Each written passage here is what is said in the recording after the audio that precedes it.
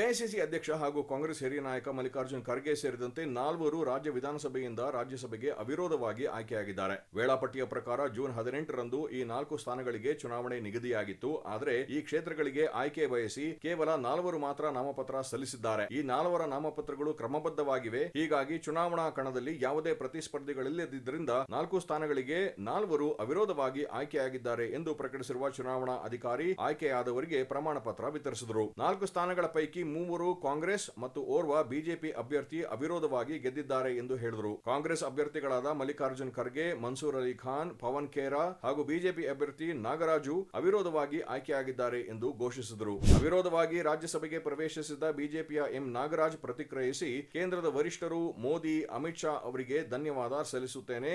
ಈ ಹಿಂದೆ core committee ಸದಸ್ಯರಿಗೆ ಮನವಿ ಮಾಡಿದ್ದೆ. ನಾನೊಬ್ಬ ಸಾಮಾನ್ಯ ಕಾರ್ಯಕರ್ತ, ಕೆಲಸ ಮಾಡ್ತಿದ್ದೇವೆ. ಈ ಅವಕಾಶವನ್ನು ಅಪೇಕ್ಷೆ ನಿರೀಕ್ಷೆಗಳಿಗೆ ತಕ್ಕಂತೆ ಕೆಲಸ ಮಾಡ್ತೇನೆ ಎಂದರು. ಇನ್ನು ಕರ್ನಾಟಕದಿಂದ ರಾಜ್ಯಸಭೆ ಆಯ್ಕೆಯಾಗಿರುವ ಕಾಂಗ್ರೆಸ್ನ ಪವನ್ ಖೇರಾ ಮಾತನಾಡಿ, ಮುಂದೆ ನಾನು ಇಲ್ಲಿಗೆ ಬರುವಾಗ ಕನ್ನಡ ಕಲಿತುಕೊಂಡು ಬರುತ್ತೇನೆ. ಕರ್ನಾಟಕದಿಂದ ರಾಜ್ಯಸಭೆ ಸದಸ್ಯನಾಗಿ ಆಯ್ಕೆಯಾಗಿದ್ದಕ್ಕೆ ಖುಷಿ ಇದೆ ಎಂದು ಸಂತಸ ವ್ಯಕ್ತಪಡಿಸಿದರು.